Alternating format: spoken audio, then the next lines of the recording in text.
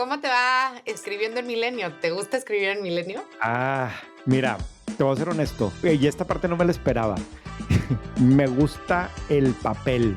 Es como muy nostálgico, romántico, lo que sea, pero como que ver el artículo impreso en papel en la mañana, tener el periódico y verlo, me gusta. O sea, definitivamente ese es un elemento que no había considerado. Siempre me ha gustado la idea de que algún día tendremos una versión de white paper impreso, pero la verdad es que es una pesadilla tener que andar imprimiendo y no hace ningún sentido desde el punto de vista de costo, pero sí, hoy estoy disfrutando que este artículo se publique también en Milenio. De hecho, no sé si viste el de hoy, si no te lo mando porque estoy como que muy orgulloso, porque es un tema que Es más, yo lo quería tratar aquí en White Paper 10, pero lo terminé escribiendo en Milenio, que es el uso del término Voyager.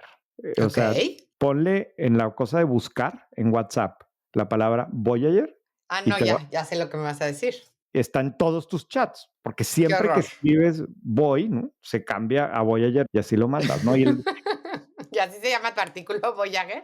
Sí, así se llama y al fin, digo, pues léanlo, si no ahorita ponemos la liga aquí también en el artículo, pero pues un poco de lo que se trata es cómo, porque este es un problema entre comillas, porque tampoco es que sea un problema grave, es una incomodidad para los usuarios, pero debe ser bien fácil de resolver, o quiero suponer, y tiene más de un año y no lo resuelven, porque al final del día, cuando para la empresa no hay ningún incentivo para resolver las cosas, porque no hay ningún precio, no es como que tú vas a dejar de usar tu iPhone o dejar de usar WhatsApp o lo que sea porque te cambió la palabra voy ayer, pues no lo arreglan, ¿no? Y cuántos casos de empresas pues, estamos rodeados en este país que se generan incomodidades de verdad, pero como no tienen consecuencias, pues no tienen por qué resolverlas, ¿no? Entonces, bueno, de eso se Sí, trata mi artículo de hoy, de Milenio. Pero pues bueno, me urge leerlo y odio el Voyager. Y mira, todavía cuando son palabras como más raras, por ejemplo, a mí me pasa mucho en la época de las fiestas judías que pongo Rosh Hashanah y pone en vez de Hashanah, hazaña. Pero yo digo, ok, ¿cuántos usuarios de México usan la palabra claro, Hashanah? La de Voyager sí es, como tú dices, es muy irritante porque todo, o sea, debe de ser una de las palabras más comúnmente usadas en la vida voy, cotidiana.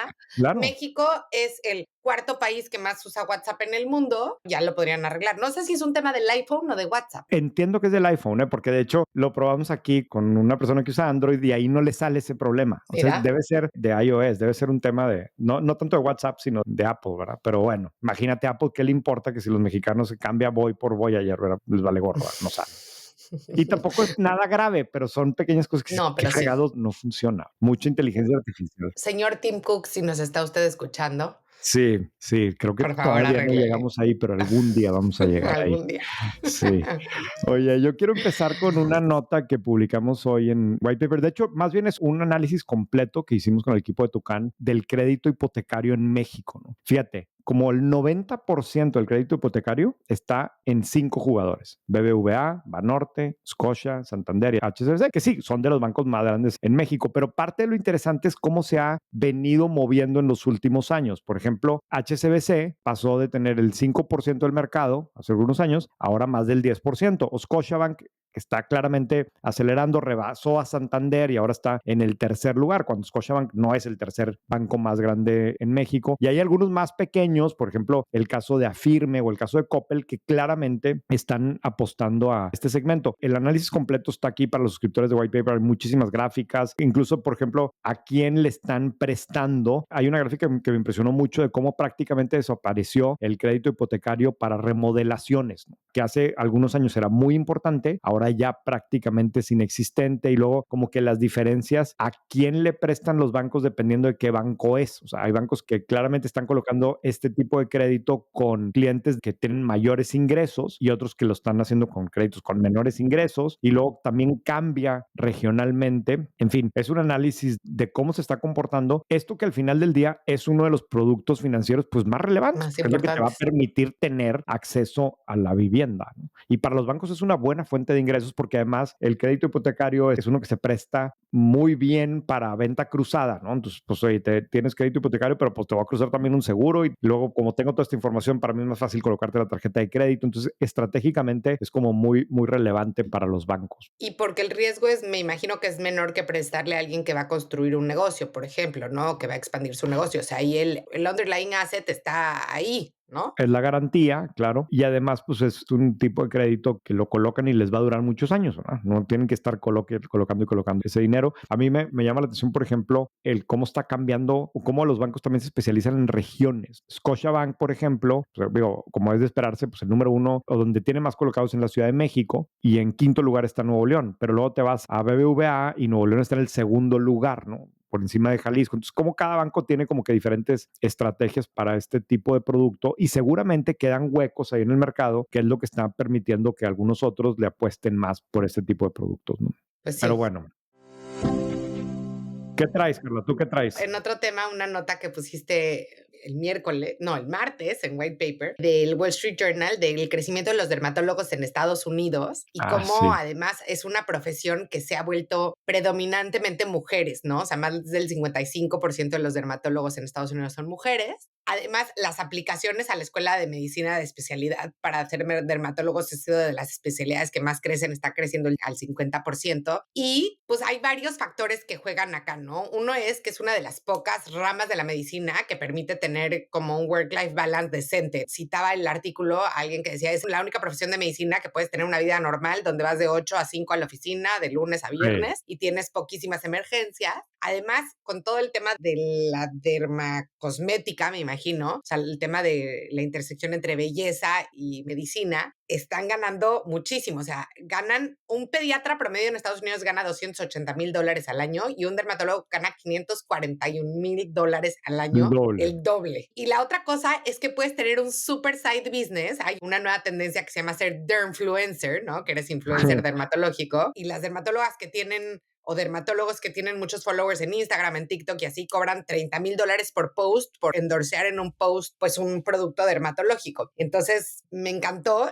Hace 2 semanas estuve en un congreso justo de dermatólogos que me invitaron porque uno de los tópicos de interés de los dermatólogos era justamente cómo convertir su práctica médica en un negocio. Entonces por eso invitaron a un speaker como yo. Y yo tengo una cuñada de influencer. Tengo una cuñada que se llama Orly Chairif, Derma Orly, búsquenla. Tiene 150,000 followers en Instagram. No me había dado cuenta que era parte de esta tendencia mucho mayor, pero vayan a seguirla. Sí, a mí me gustó mucho el artículo también del Wall Street Journal porque de alguna forma, pues es como que muy evidente cuando lo explica, pero esta es una de las profesiones médicas que sí te permite, no solamente el tema de work-life balance, sino que desarrollar tus propios productos y muy fácilmente comercializarlos también. O sea, no sé si el gastroenterólogo va a vender algo que tiene que ver con lo suyo. Y aquí sí, ¿no? Y productos con muy buen margen y con toda esta intersección ahora del mundo de los influencers y de la presencia en social media y la popularidad de este tipo de productos está impresionante. Pero sí, como que aquí también el artículo está para el título porque dice How Dermatology Became the It Job in Medicine, ¿no? Ese es realmente el que está de moda. Ahora, pues las consecuencias también es que debe estar mucho más competido y las cremas, el mundo de las cremas y este tipo de tratamientos, pues está increíblemente competido, pero pues quien logra generar una audiencia con social media tiene una ventaja, etcétera. Yo no sé si esto también está sucediendo en México, pero Yo creo que sí, te digo, mi cuñada es dermatóloga en Tijuana y alguna vez escuché a alguien de L'Oreal, de la parte de dermatología de L'Oreal, contarme que México además tiene un déficit de dermatólogos gigantesco, o sea, hacen falta muchísimos más dermatólogos, entonces los que sí están pueden hacerlo muy, muy bien. Y hace poco también escuché que hay una tendencia de que dermatólogos, sobre todo en ciudades pequeñas, empiezan a comprar o a abrir muchas farmacias dermatológicas alrededor de su ciudad y entonces de pronto ya es como lo vienen a visitar de 3, 4, 5 ciudades aledañas y además compran los productos en las farmacias dermatológicas que también son propiedad del dermatólogo. sí, y eso le gusta a Private Equity y, o sea, esos modelos de negocio, hay inversionistas que les interesa. Yo sé gente aquí en México que ha invertido en este tipo de iniciativas en donde se mezcla el mundo médico con el mundo cosmético. Hay buenos Y de bienestar. márgenes, sí, de bienestar, exacto. Hay temas medio de retail ahí que aplican bien, medio de servicios. Sí sé con una persona que había platicado el tema que es bien difícil justamente por el tema de RH, porque no hay suficientes personas o con buen perfil o bien capacitadas, pero claramente hay un mercado importante, de buen tamaño y pues un buen mercado para esto, ¿no? Y hay muchos, además, no sé si llamarles servicios ancillarios alrededor, porque después compras la máquina de depilación láser y la de remoción de cicatrices y la de remoción de tatuajes y todo esto que es como un mundo aledaño que no es que necesariamente te lo tenga que hacer un dermatólogo, pero igual y le da un poco más de credibilidad, ¿no? Sí, claro, claro.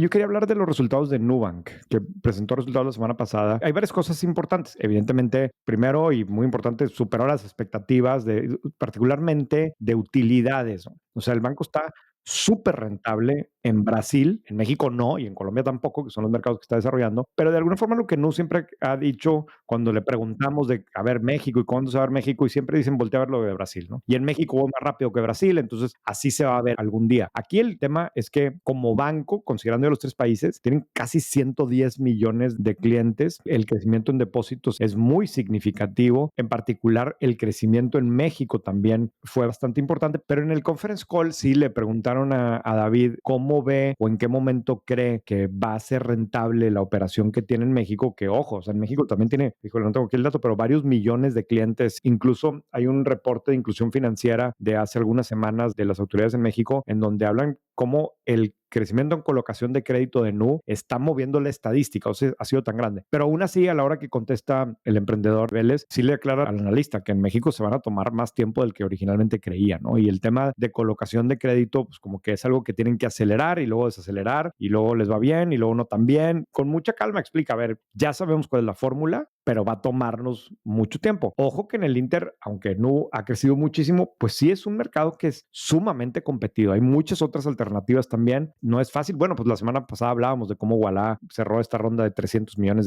y claro, en México pues está muy, muy, muy chiquito comparado con Nu, pero tiene dinero y particularmente tiene la licencia bancaria también, entonces pues seguramente van a acelerar. Pero la otra cosa que me llamó muchísimo la atención del reporte es que cuando le haces doble clic al tema de Brasil, donde está creciendo más en Brasil son con los productos ultraviolet, que son los que van dirigidos al nivel socioeconómico más alto. Es como que cuando ves como que la pinza completa, ¿no? Arrancas con un producto dirigido al segmento no atendido o mal atendido por la banca, pero una vez que llegas a una masa, puedes ir creciendo hacia este otro lado y hoy, pues Nu en Brasil tiene propiamente productos para el nivel socioeconómico más alto, tiene un crecimiento muy importante en los servicios financieros para empresas, para negocios, para business clients, o sea, se convierte ya en un banco completo y al final del día ahí es donde está la lana, ¿verdad? Es donde está la rentabilidad, no tanto en atender a los subbancarizados, sino poder llegarle a los otros. Claro, haber empezado por los subbancarizados como quiera, cuando tienes un costo muy bajo, lo puedes hacer de manera rentable, pero cuando luego con ese costo bajo también atiendes a los que tienen más dinero ahí, pues olvídate, ¿verdad? Esto se vuelve algo sumamente profitable. Entonces, bueno, eso es el update de cómo va Nu. Y bueno, y en términos de, digo, yo sé que no lo es todo, pero sí creo que es importante en términos de marca, siguen siendo una marca que está haciendo las cosas muy bien y que creo que es atractiva para muchos segmentos y que es muy fresca comparado con lo que hacen típicamente los bancos, ¿no? Y le han metido mucha lana, ¿verdad? O sea, sí Muchísima. le están invirtiendo muchísimo. A mí me aparecen en YouTube todo el tiempo y panorámicos por muchos lados. O sea, saben que el tema de adquisición de clientes requiere dinero en marketing. Sí. Bueno, y hablando de dinero, Cometa, esta startup de EduTech, acaba de levantar $12 millones. ¿Edutech o EdTech? ¿Cómo se dice? No sé, ¿tú qué dices? No sé, yo, EdTech. EdTech. Pues sí, EdTech. Es que como que la D y la T no se me pronuncian fácil. En este caso, como que no sé si aplica el tema de EdTech o Es que EduTech es como, tampoco. es EdAdminTech, Es FinTech. fintech para edu. Sí, o sea, es más bien una plataforma para Es un temas más sistema bien. operativo para escuelas, para instituciones educativas, ¿no? O sea, que te van a ayudar a Pero es gestionar. operativo en la parte financiera, no es que están los programas académicos aquí cargados, ¿no? Por eso te digo, o sea, más bien es una solución administrativa para el Sí. segmento educativo, para instituciones educativas, ¿no? Sí, aunque cuando Este, platicas con Andrés, creo que la visión de él es que eventualmente sí se pueda convertir en el sistema operativo de instituciones educativas, pero sí, claro, muy hacia la parte administrativa de escolar, que pues sí tiene sus bemoles, ¿no? Y bueno, pues acaban de levantar $12 millones. La verdad es que es una plataforma interesante y están tratando de hacer algo que hemos hablado aquí de cómo las escuelas, las instituciones educativas son cada vez mejores negocios y pues como tal, entonces tienen que comportarse como negocios, tener sistemas administrativos y financieros para poder tener mejores procesos. Y lo que ellos están tratando de hacer es justamente captar este mercado que lleva muchísimos años o con jugadores legacy que están francamente muy atrasados en este tema o pues sí hay varias startups que están tratando de captar este mercado, ¿no? De hecho, o sea, nosotros escribimos un artículo sobre esto hace algunas semanas en White Paper, porque para mí parte de lo simpático o también que te dice el tamaño de la oportunidad es que hay dos startups, las dos con emprendedores no mexicanos que se vinieron a México a resolver lo mismo, ¿no? Y las dos han crecido muy bien, porque es un mercado como que muy grande. Las dos hacen lo mismo, pero de diferente manera. Le resuelven la cobranza al colegio, le ayudan al colegio a resolver la cobranza. Las dos han obtenido muchos millones de dólares de inversión, que otra vez te valida como que el tamaño del mercado. Y en este caso, en particular, a diferencia de otros segmentos en los que hemos hablado, como que el modelo de negocio es como muy evidente, ¿no? O sea, te ofrezco esto, la plataforma, te cobro por alumno, a ti te conviene por esto, como que es muy directo y hasta donde entiendo, yo no sé si las dos, pero al menos una de ellas sí está operando ya con números negros porque como que es más, aunque suena muy innovador porque a cierto punto lo es, al mismo tiempo también es como muy normal lo que hacen y muy necesario. Y ahora sí que es un tema de cómo lo creces y el día de mañana cómo le metes más servicios, ¿no? En los dos casos tienen fondos de primerísima, el caso de Cometa tiene a CASEC, a 500 Global, no es la primera ronda. Cuando hablamos con ellos tenían ya más de 300 instituciones educativas cliente que lo están utilizando. Entonces ahí va, otra vez, otra semana y afortunadamente podemos ver otra vez casos de startups en México que están logrando llegar a su siguiente etapa de financiamiento, que nos hace suponer que también hay buenos resultados lo suficiente como para que los inversionistas quieran meterle lana y que esto se vaya reactivando, ¿no? Y otra vez, esta tendencia de la que hemos hablado, que creo que es padrísima, de founders de otros países latinoamericanos que Sí. testean o que empiezan su primer prototipo, su primer MVP en su país, pero después saben que tienen que venir a México porque este es el mercado que hay que conquistar si quieres hacer que tu negocio realmente escale. De hecho, creo que estos dos casos, Carla, empezaron aquí. O sea, dijeron aquí la oportunidad para este tipo de modelo está en México y empezaron en México. Y una de las dos, si no me equivoco, precisamente Cometa estaba especializada solamente en México.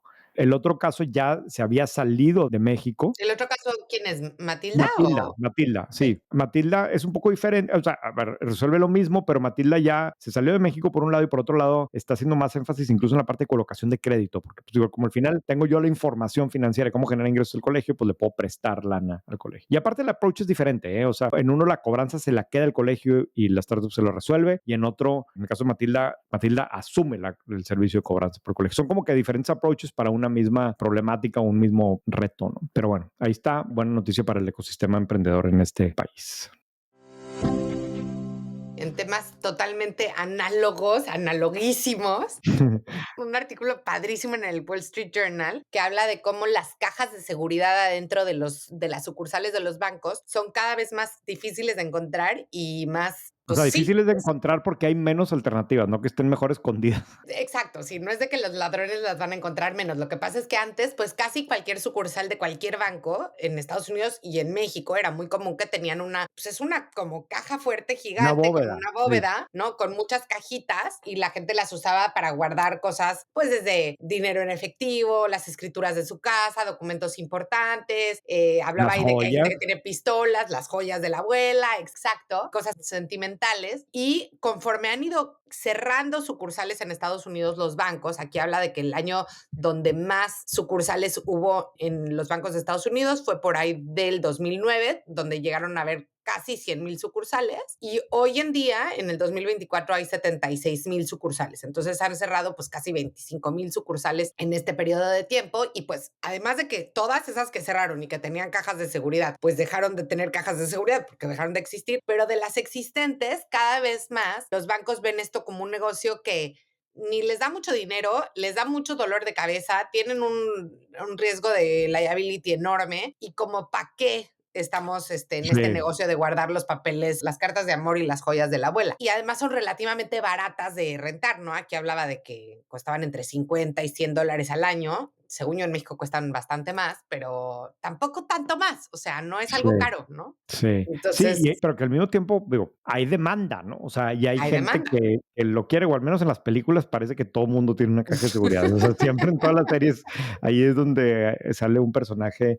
Yo me acuerdo, alguna vez platiqué con un banquero aquí en México y no me acuerdo los detalles, pero según yo, pues sí me decía como que no les era negocio y era más bien un dolor de cabeza y creer que tiene el riesgo. Pero lo que dice el artículo también es que históricamente, y hace rato hablábamos de eso, las cajas de seguridad eran como que un buen producto para cruzar más productos o como que un servicio adicional y que te generaba más lealtad del cliente porque pues en esa sucursal tenías tus cosas y conocías, pero es también como que más esta imagen romántica De tu banquero y el tu gerente sucursal. de tu banquero que te conoce y tiene ahí tus cosas y pues como que ya no, hoy se cruzan productos por el app, ¿verdad? No necesariamente porque la visita a la sucursal, pero hay quien sí lo necesita y yo no sé, no se me vienen a la mente muchos ejemplos, pero aquí en Monterrey yo sí he visto un lugar como de cajas de seguridad aquí cerquita de la oficina. Yo no sé si eso debe ser también negocio, porque pues hay gente que yo creo que como bien dijiste, quiere guardar una pistola o joyas o que no quiere tener en su casa, ¿verdad? Pues sí, aunque a mí me daría terror, o sea, creo que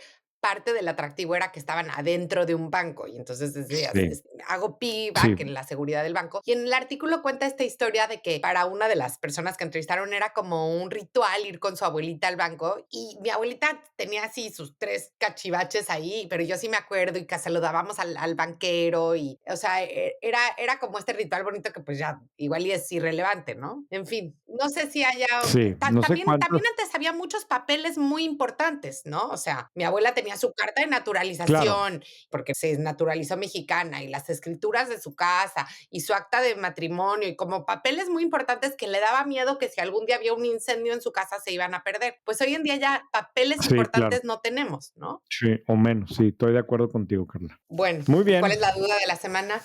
La duda de la semana. Yo tengo una duda que no es de la semana, es como que más existencial, pero en The Information aparece una nota muy larga, un análisis interesante de una startup en Silicon Valley que se llamaba Forward, que logró una evaluación de más de $1,000 millones, que obtuvo más de $400 millones de inversión, que estaba powered por inteligencia artificial y básicamente la lógica era doctor in a Ujú. box, ¿no? O sea, un tema de usar la tecnología para resolver temas médicos, para consultas médicas, etcétera. Hemos visto miles de estas, ¿no? Y aquí en el caso de Forward, pues está cerrado, ¿no? Quebró, ¿no? A pesar de haber recibido tantos millones y que dices, oye, pues todos los mejores inversionistas del mundo. Y te juro, Carla, que yo ya no sé qué pensar de este segmento. O sea, como que la promesa de la telemedicina, incluso pues durante la pandemia, eran las condiciones mágicas para que realmente funcionara. Y yo sigo sin ver un caso así de breakthrough espectacular. Se han destinado miles y miles de millones de dólares a este tipo de proyectos en todo el mundo, incluyendo en México, en Estados Unidos, por todos lados. Las soluciones que si móviles, que si ahora con inteligencia artificial. Me acuerdo en el 2017 fuimos a China a ver temas de tecnología para los bancos y entre otras cosas fuimos a ver una solución de telemedicina que nos enseñaban que estaba haciendo no sé cuántos millones o cientos de miles de consultas al día y con AI. Te estoy hablando de 2017. Pero la realidad es que hoy no, pues la gente sigue yendo al doctor y yo no conozco a nadie que esté haciendo, a lo mejor haces una cierta,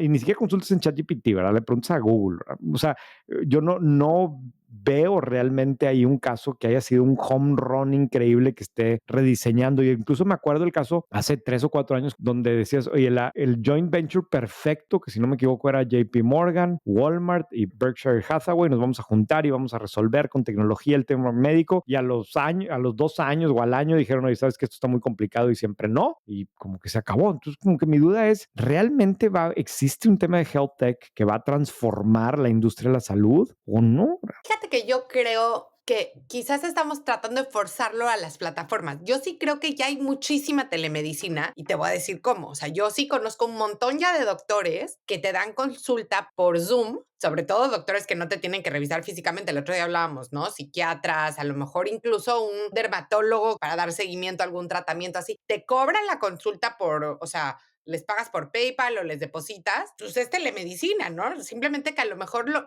100%. necesitamos una plataforma, sino usar las plataformas existentes, pero pues eso no le gusta a los inversionistas, porque entonces no hay upside para ellos. Claro, no es invertible como tal. Sí, es un poco el doctor que le contesta a la paciente por WhatsApp, pero luego no necesariamente lo puede cobrar o muchos han tratado, ¿no? Y no sé, a lo mejor algunos ya encontraron la forma de hacerlo uno a uno, pero quizás, tiene razón, quizás el intermediario es el que no se ha terminado de Sí, validar. sí.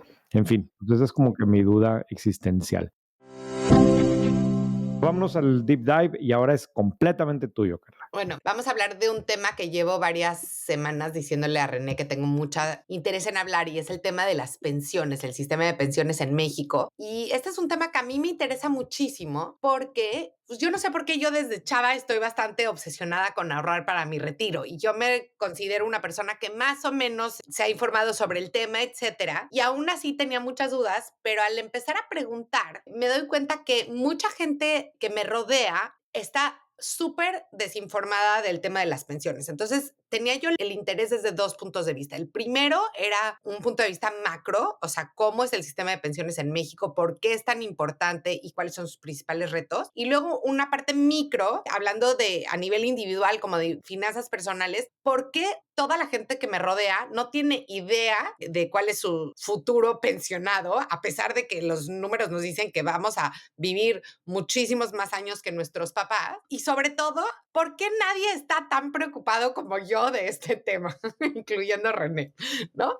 Entonces, bueno, quiero empezar como dando un poquito de contexto. En México hay muchos sistemas de pensiones, entonces este resumen no va a ser completamente completo porque hay pensionados del ISSSTE, hay pensionados de Pemex, hay pensionados del Ejército, hay pensionados de empresas que tienen su propio sistema de pensiones privados y hay mucha gente que como está en la economía informal no tiene ningún tipo de pensión. Bueno, no es cierto. Miento, y además está la pensión universal que se introdujo en el sexenio pasado, que ya cualquier adulto de más de 65 años ya puede acceder a esta pensión universal es la pensión del bienestar. Pero de lo que vamos a hablar hoy es de la pensión de la gente que estamos en la economía formal, como tú y yo, que hemos sido empleados un chorro de tiempo, que hemos cotizado en el IMSS y cómo funciona. Entonces, hay dos sistemas básicamente de las pensiones actuales. Uno es el sistema de 1973 y otro es el sistema de 1997. Y la principal diferencia, que es algo que pasó en muchísimos países, es que el sistema de 1973 era lo que se conoce como un sistema de beneficio definido. Entonces, quiere decir, el día que te retires, de todas las aportaciones que hizo tu compañía y que hiciste tú al fondo de pensiones, que es un fondo de pensiones que maneja el gobierno en general, de ahí se te va a definir con alguna fórmula cuál es tu pensión mensual, que más o menos ronda entre el 80% de tu último salario cotizado, más o menos, y de ahí hasta el día que te mueras, así sea en una semana porque te partió un rayo o en 35 años o en 40 años porque eres súper longevo, cada mes vas a tener tu cheque con esa pensión, ¿ok? Eso se llama de beneficio definido porque lo que se define es el beneficio. Y luego, lo que empezó a pasar es que gracias a los cambios demográficos que estamos teniendo en el mundo, donde hay pues menos bebés naciendo, menos gente casándose y más longevidad entre los adultos, de pronto pasamos de ser una pirámide poblacional con la punta muy delgadita, con el pico muy delgadito, a ser una pirámide poblacional como un poco más achatada, donde los chiquitos que entraban a la fuerza laboral pues ya no eran suficientes para seguir metiéndole a esa bolsa para que los viejitos fueran sacando. Entonces, en muchos países del mundo, en México, en Francia, en muchísimos países del mundo, por ahí de los 90, en México fue en 1997, dijeron, a ver, o cambiamos esto o el país va a quebrar. Entonces dijeron, ok, vamos a pasar de beneficio definido a contribución definida. Entonces ahora lo que dice el gobierno es, no te voy a garantizar el beneficio al final, sino que lo que vamos a hacer es que cada mes te vamos a quitar de tu cheque, de tu salario a ti y tu empleador va a tener también que poner parte para contribuir definidamente a tu pensión. Y el día que te jubiles, te vamos a dar tu pensión, que la tasa de reemplazo con este nuevo esquema es solo del 30%. Entonces, desde el primer día, realmente vas a recibir mucho menos y si has cotizado menos de 25 años, y puede que me equivoque en algunas cosas, pero lo que te dan es un cheque, no es una pensión vitalicia. Entonces, básicamente, señor y señora, si usted nos está escuchando y empezó a trabajar después de 1997 y no sabía esto, o sea, yo creo que debería estar muy preocupadísimo, ¿no? Y estos fondos ya no los administra el gobierno. Entonces, en 1997 lo que hicieron fue privatizar el sistema de pensiones, crearon las famosísimas AFORES, ¿no? Que son el manejador de dinero más grande de nuestro país, y las AFORES, mes a mes, nos Cuidan, administran administran. nuestro dinero. Hay todo un sistema de reglas de en qué pueden invertir, en qué no pueden invertir, etcétera. Se publican los resultados, se publican las comisiones, está bastante bien regulado. Podríamos hablar luego de qué críticas les podemos hacer, pero para este fin creo que eso está bien. Una estadística que me voló los sesos es que solo el 25% de los contribuyentes saben qué Afore tienen. Ya déjate cuánto tienen, qué te le ha ido, si te va a alcanzar o no te va a alcanzar. O sea, solo el 25% saben cuál es su Afore. Y se estima que solo el 1% de los mexicanos van a tener una pensión equivalente a su ingreso mensual. ¿Por qué?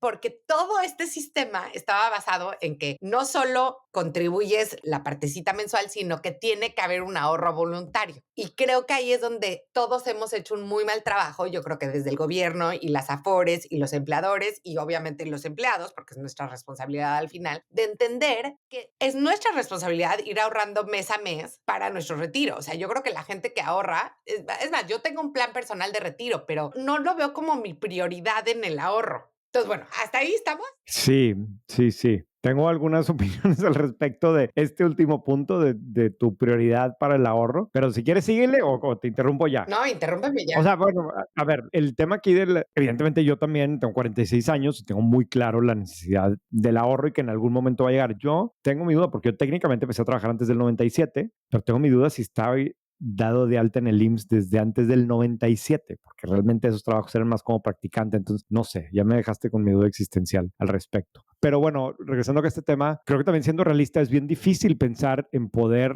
ahorrar en la etapa de vida en la que estamos tú y yo, ¿no? En donde nuestros hijos están hoy cada vez demandando más y más y estamos entrando a la parte más cara de ser papás, ¿no? Cuando los hijos llegan a la universidad y más cara no solamente por lo que cuestan las colegiaturas, sino por todo lo que cuesta la vida de un ya no niño bebé tan chiquito, ¿verdad? Y al mismo tiempo, pues queriendo invertir, ¿no? Y queriendo destinar a construir un futuro, pero es bien difícil en esta etapa, ¿no? Y yo hace poco platicaba con un amigo empresario y que me dio mucha esperanza porque este güey tiene, si no me equivoco, 54 años y justo sus hijos se acababan de ir, ¿no? Justo sus hijos acaban de graduarse y creo que ya nomás uno vivía con él y decía, oye, por primera vez en mi vida me está sobrando dinero, ¿no? O me dice, por primera vez en no sé cuántos años me está sobrando dinero y me dice, y ahora cuando voy a comer con mis amigos resulta que varios tenemos ese problema, entonces dice, ahora tengo que acelerarle los siguientes 10 años para generar un mejor ahorro, invertir, ahora sí pensando, pero como que son diferentes etapas, me dio algo de esperanza pensar en que va a llegar ese momento, pero es complicado, ¿no?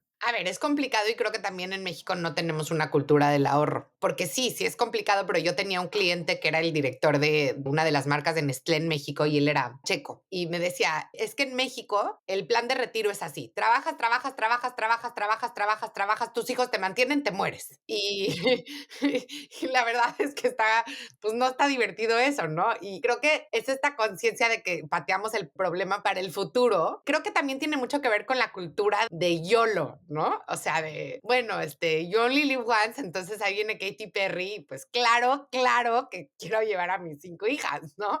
Pero quizás, Claro, crear memoria, sí, creo que experiencia. tenemos que tener mucha más conciencia y que ahí sí hace muchísima falta educación, o sea, una campaña de educación gigante del gobierno, porque eventualmente esto va a llegar a ser un problema muy grande. Y justamente nuestra generación, siento que es la generación en transición. Consulté a 2 especialistas y uno de ellos me decía, es que imagínate que tú tienes una prima.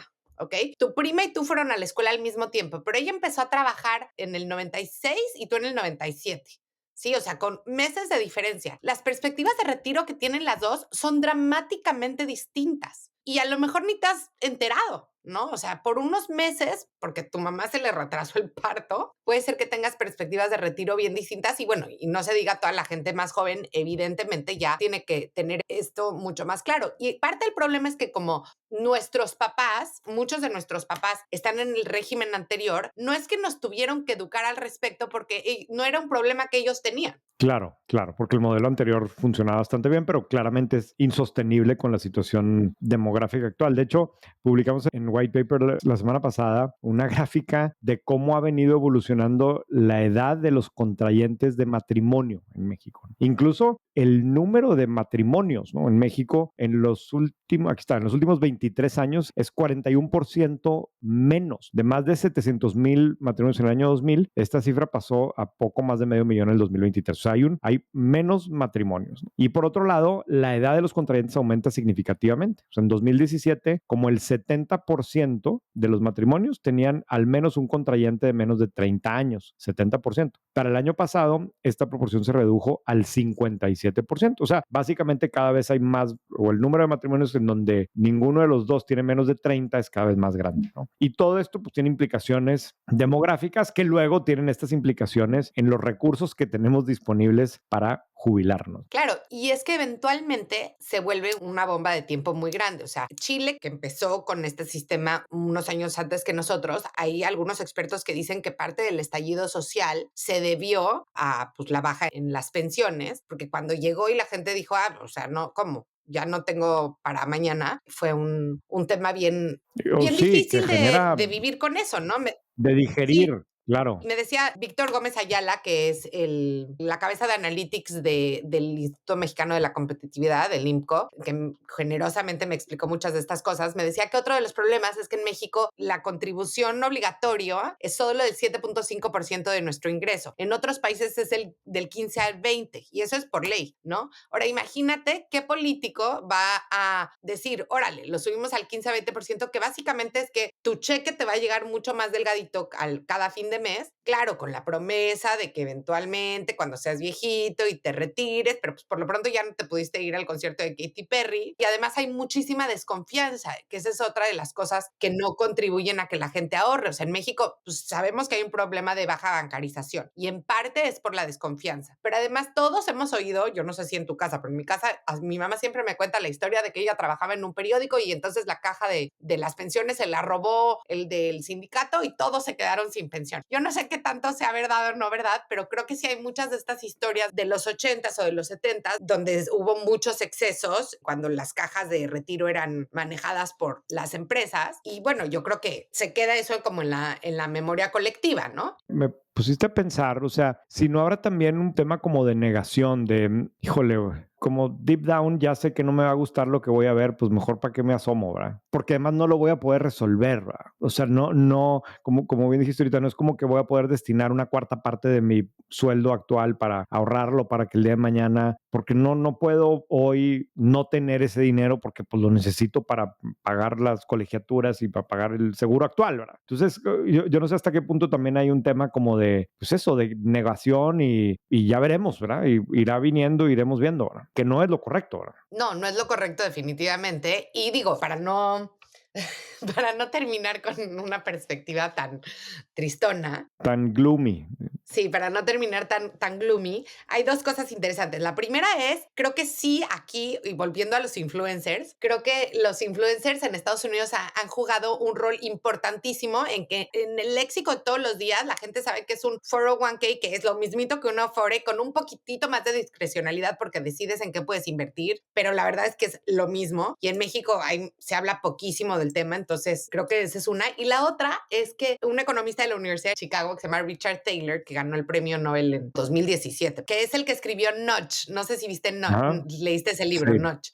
sí, por supuesto que sí lo leí. Que pues es como uno de los padres de Behavioral Economics. Y él, por ejemplo, lo que dice que es de estas cosas que me encantan de los economistas, porque ya que la oyes dices, pues sí, es muy obvio, no puede ser que se ganó el premio Nobel por eso, pero pues sí, ¿no? Lo que él dijo es, no, es que a la gente no hay que preguntarle si quiere ahorrar para su retiro o no. O sea, tiene que ser opt-out en vez de opt-in, ¿no? Entonces lo que él hace es que en muchos estados, en Estados Unidos, lo que han hecho es, no, tú o sea, entras a una empresa a trabajar y por default te quitan, además de lo que es por ley, el 5% o un porcentaje de tu salario para que se vaya directo a tu 401k, el equivalente de tu Afore. Y con eso, digo, había una cifra en el New York Times de que son billones de dólares que se han ahorrado, entre comillas, involuntariamente, y que la gente cuando llegue a ser viejitos, pues va a tener que darle las gracias a Richard Taylor por eso. Y estas cositas que se pueden hacer como de behavioral economics para realmente incentivar muchísimo más el ahorro de la gente. Me recordaste también que algunas cosas que vi es que es súper sensible a cuándo empiezas, ¿verdad? O sea, sí hace mucha diferencia que empieces antes que después. Muy significativa la diferencia. Muy Muy bien, Carla. significativa. Uno de los artículos que leí decía algo así como, el mejor momento para empezar a ahorrar para tu retiro fue hace 20 años, pero si no empezaste hace 20 años, empieza mañana porque es el segundo mejor momento. Sí, de acuerdo. Muy bien, te toca la recomendación, Carla. Pues la recomendación de la semana, Acquired tiene un segundo podcast que se llama ACQ2, que son entrevistas con founders y entrevistaron a Luis Bonan, el founder de Duolingo. Es una entrevista Ay, muy otra vez con divertida. Duolingo, tu obsesión. Ya sé, obsesión con Duolingo total. ¿Cuántos días Pero llevas o fíjate cuál es que tu streak? ahorita Presúmenos. voy, ya sé, claro, claro. Todo esto es solo una excusa para decir 637 días. 637 días. Este, Muy bien. 637 días, lo cual ya no me hace sentir tan única porque dijo que hay 8 millones de personas que tienen más de 300 días en el app. Entonces, bueno, Bueno, pero este, más de 500 yo creo que van a ser muchísimo menos y se va haciendo cada vez menos, ¿no? yo espero que sí, yo espero que sí. Pero fíjate que, aunque he leído mucho sobre Duolingo, dijo 2 cosas en esta entrevista que no lo había oído decir tanto y me gustaron muchísimas. Uno es cómo él siente que uno de los pilares de su empresa es el A/B test. O sea, todo lo A/B testean. Y creo que oímos mucho sobre A/B testing, pero no conozco muchas empresas en México que de verdad lo hagan constantemente, porque a veces uno oye A/B test y piensa que es como algo súper difícil de hacer y entonces tenemos que contratar a una consultora o a Ipsos o a Nielsen. Y la verdad es que ellos A/B testean todo el tiempo con cositas chiquitas, medianas y grandes. Y creo que esa cultura de testear 2 hipótesis muy rápido debería de ser adoptada en muchísimos lugares. Y la otra, que está un poco relacionada a algo que hablamos la semana pasada, es que dijo que sin embargo hay cosas que no quiere testear. Entonces hablaba de cómo los de Groupon, el Ajá, fundador de Groupon, sí, esta empresa que no sé ni siquiera si sigue existiendo, el fundador había dicho, un solo mail al día vamos a mandar a la gente porque no queremos spamearlo. Entonces, hasta que alguien lo convenció de, oye, ¿y si mandamos 2? Entonces mandaron 2 y no pasó nada, ¿no? Siguió la gente abriendo sus mails y luego mandaron 3, y luego mandaron 4, y luego mandaron 5 hasta que la gente los bloqueó. Y entonces él dice que hay cosas que él no va a testear nunca. Digo, nunca digas nunca, pero por ejemplo, sí, que cada rato vienen y le dicen, oye, ¿y si cuando se abra el app ponemos un comercial, un como takeover de la pantalla con un comercial que podríamos vender carísimo, ¿no? Y él dice, no, pero ¿por qué no lo testeamos? ¿No? Entonces le preguntan, ¿pero por qué no lo testeamos? O sea, solo vamos a testearlo. Y dice, no, no lo quiero testear porque ponte tú que nos va bien. Y entonces luego ya tenemos una raya en el P&L de 30 millones de dólares anuales de ese anuncio. Y entonces después, ¿cómo nos deshacemos de esa raya de 30 millones de dólares? claro, cuando te des Y cuenta que te está afectando en el mediano o largo plazo. Wow, está buenísimo exacto. el ejemplo. Y entonces me encantó el ejemplo porque pues es algo que tú y yo hemos hablado de que a veces pues parece que no le haces daño a nadie y en el largo plazo sí le haces daño a la gente y Claro, le friegas la experiencia de claro. usuario. Y hay decisiones que luego echarlas para atrás, como este caso, son bien complicadas. Oye, a ver, es que ahorita que enseñaste lo de, lo de tu streak, déjame yo, pero también presumo lo que descubrí Ándale, esta a ver. semana en Substack. A ver, Substack es esta plataforma. Hay Streak and Substack. Sí, Substack es esta plataforma de newsletters que es en la que está basada White Paper. Nosotros fuimos, yo creo que pues de los primeros clientes en el 2020, cuando todavía era muy chiquito, y ha crecido muchísimo. Y Substack es muy famoso porque aparte es la plataforma que hace como que muy fácil cobrar, poner una suscripción, ¿no? En fin, esa es otra historia. Pero hoy es la plataforma de newsletters más grande del mundo. Es muy popular, ciertamente algo controversial en Estados Unidos, y el New York Times publicó una nota el fin de semana sobre Substack y descubrí 2 cosas, ¿no? Una es que White Paper es el tercer Substack en la categoría de news más importante del mundo. Somos el número 3 a nivel global en la categoría de news y que estamos dentro de los 30 newsletters más grandes de Substack, ¿no? De todos los ¿En newsletters que serio? hay. Sí, sin querer viéndolo ahí en el artículo. No es que hablaron de nosotros, pero cuando vi los números y lo metí, Substack publica como una especie de leaderboard y ahí estamos, ahí está White Paper. En fin, ya van 4 años y claramente el formato de newsletter funcionó para la audiencia a la que vamos dirigidos y entonces muy contentos con eso. Pero bueno, esa es mi Pues presumida de la semana. enhorabuena. Oye, ¿dónde estás, Carla? Te veo, no estás en tu casa. No, no estoy en mi casa, te presumo, la presumida de la semana. Estoy en Harvard Business School.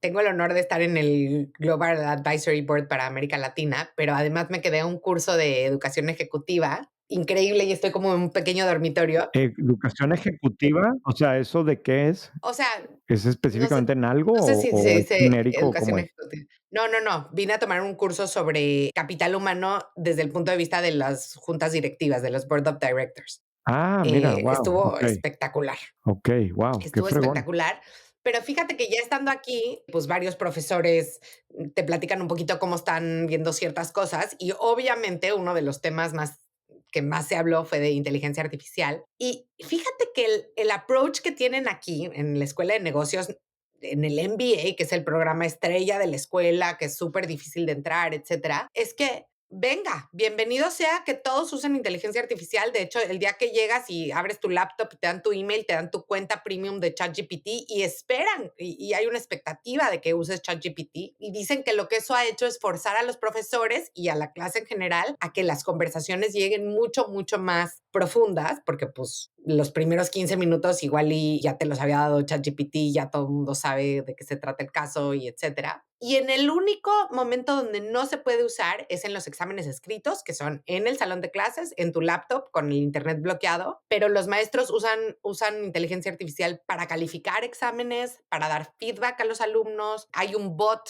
que alimentaron con todos los casos de contabilidad y finanzas, entonces le puedes preguntar al bot de finanzas cosas. Y creo que es un approach bien distinto al que de pronto he escuchado de otras escuelas, donde es como, no puedes usar ChatGPT, vamos a filtrar para ver si usaste. Aquí al revés, están esperando que los alumnos lo usen. Ajá. Ya, wow, pues muy bien, qué bueno entonces que estás aprendiendo cosas que luego me vas a poder compartir y nos vas a compartir a todos aquí en el podcast. 100%. Listo, 100%. Carla, mil gracias. Hablamos la siguiente semana. Bye, René.